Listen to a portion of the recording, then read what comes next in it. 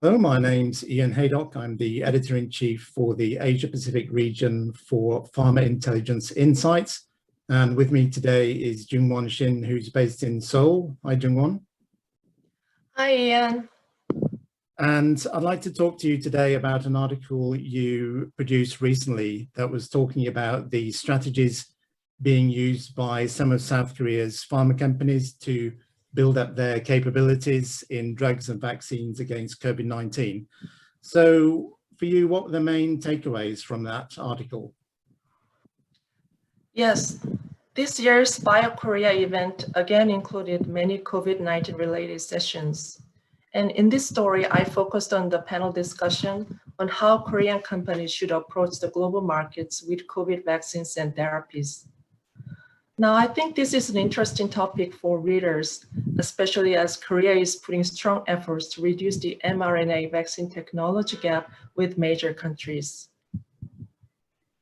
In this story, experts talk about how the vaccine space is transforming into a cutting-edge biologics market, and how mRNA and viral vector technologies used in COVID vaccines will provide a large momentum to advance the gene therapy and gene delivery space. Such a development could also speed up development of therapeutic vaccines in other areas such as oncology. Experts are stressing the need to obtain manufacturing technology and know-how, as well as government support, because the country doesn't have experience in commercializing mRNA or vaccines with new technology and modalities. Okay, thanks very much for that, Jung Won. So I'd like to ask you just a little bit about how you went about writing the article and how you tried to add value and a bit of perspective to that. Right. I believe comfort stories on interesting topics could provide a lot of value to readers themselves, because readers will be able to save a lot of time and energy required to attend the conferences.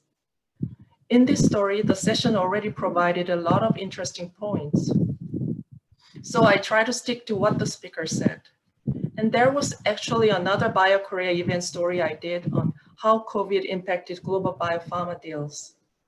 The speaker was from Pharma Ventures, which has been involved in many Korean deals. The story largely talked about how deals could be impacted going forward because of delayed clinical trials, but how Korean companies may actually benefit from this trend. In this story, I try to add more values by reaching out to the speaker and interviewing him and adding more interesting information on Asian and Korean deal impact. And this is just an example of how we always try to look for ways to add more values to our stories and differentiate ourselves from other publications. Thank you. Okay, great. Well, thanks very much for talking to us today, Jung Won. Thank you, Ian.